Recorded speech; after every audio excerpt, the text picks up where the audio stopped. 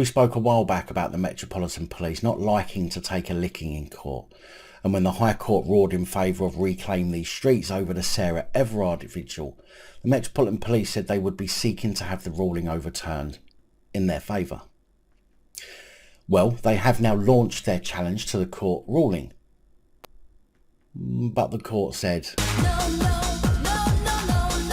declining their appeal, saying there was no basis for the force to launch a second challenge against the High Court verdict, which found it breached the rights of the vigil's organisers by threatening them with £10,000 COVID fines.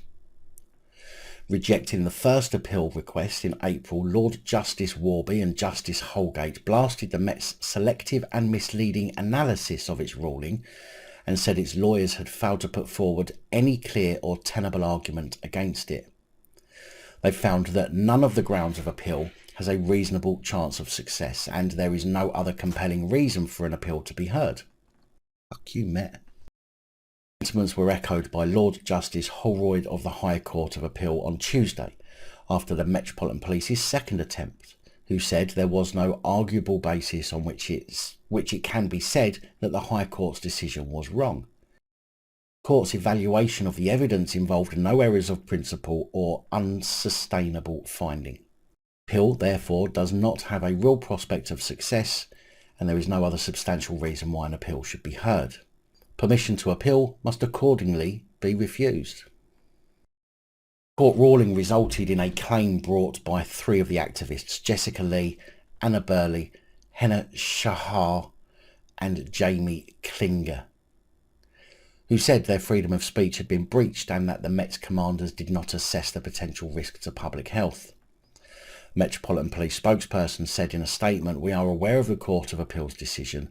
We will be considering it carefully and will comment further in due course."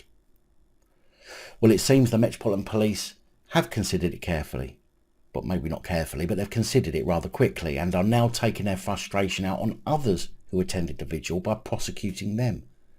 In my opinion, completely out of malice and in retaliation to the Court of Appeal ruling.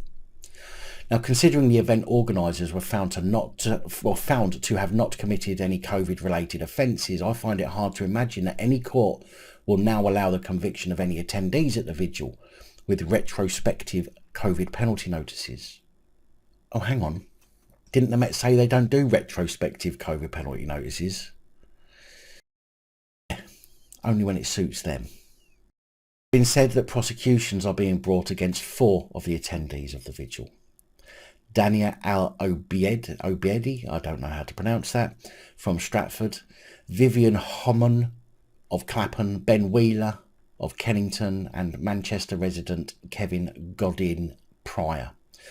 All face a charge of participating in a gathering of more than 2 people in a public place when London was under Tier 4 restrictions. According to charges before Westminster Magistrates Court, it is said on March the 13th, 2021 at Clapham Common Bandstand, they were part of an unlawful gathering without reasonable excuse. When the Met heard of the gathering at Clapham Common for the vigil, they issued a statement that an event would be unlawful and organisers would be at risk of hefty fines under COVID laws. The High Court, however, found the statements interfered with the organisers' human rights and had a chilling effect, leading to the cancellation of the official vigil, where measures including social distancing and safety marshals are said to have been planned.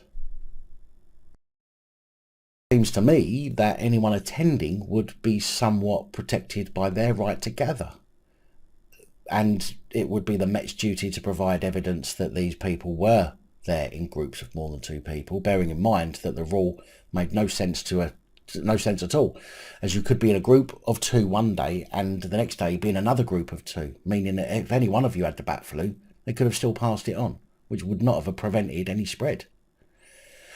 What's most chilling about these prosecutions, however, is that the 4 people were due to appear at Westminster again yesterday in what they call a single justice procedure, where the case is heard and judged by a single judge and not the normal 3 magistrates and a court clerk, which is a very unjust method of delivering justice through the courts, in my opinion.